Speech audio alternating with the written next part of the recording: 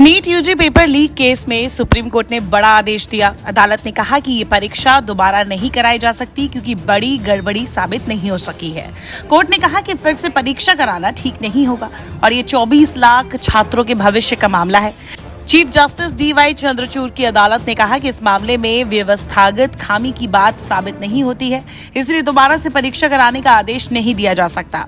5वीं सुनवाई के दौरान यह आदेश दिया गया कि नीट की परीक्षा दोबारा नहीं होगी। सीजेआई ने कहा पूरी परीक्षा में गड़बड़ी होने के पर्याप्त सबूत नहीं मिले हैं। सुप्रीम कोर्ट की बेंच ने कहा अगर जांच के दौरान कोई दोषी पाया जाता है तो उसके खिलाफ कार्रवाई की जाएगी। ऐसी स्थिति में उसे एडमिशन नहीं मिलेगा।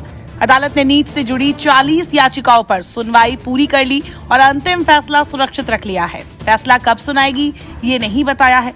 नीट की काउंसलिंग अब 24 जुलाई से शुरू हो रही है।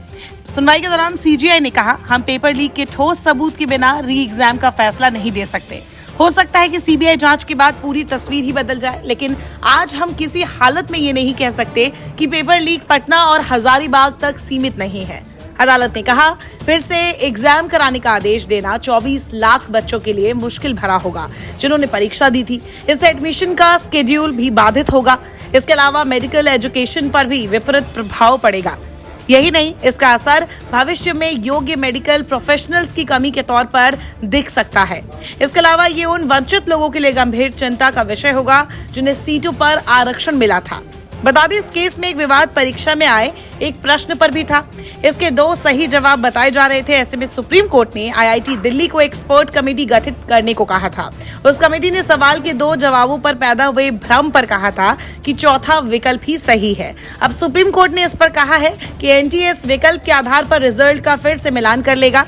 अदालत ने कहा कि एनटीए ने 1563 छात्रों की दोबारा परीक्षा भी कराई थी।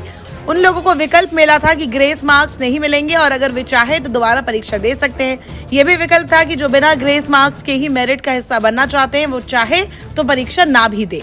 कोर्ट के इस आदेश के बाद अब नीट यूजी की काउंसलिंग शुरू हो जाएगी। अदालत ने इस दौरान कहा कि पेपर लीक की बात हजारीबाग में ही साबित हो पाई है। इस मामले में व्यवस्थागत लीक की बात साबित नहीं हो सकी है। ऐसे में परीक्षा को रद्द करने की मांग सही नहीं है।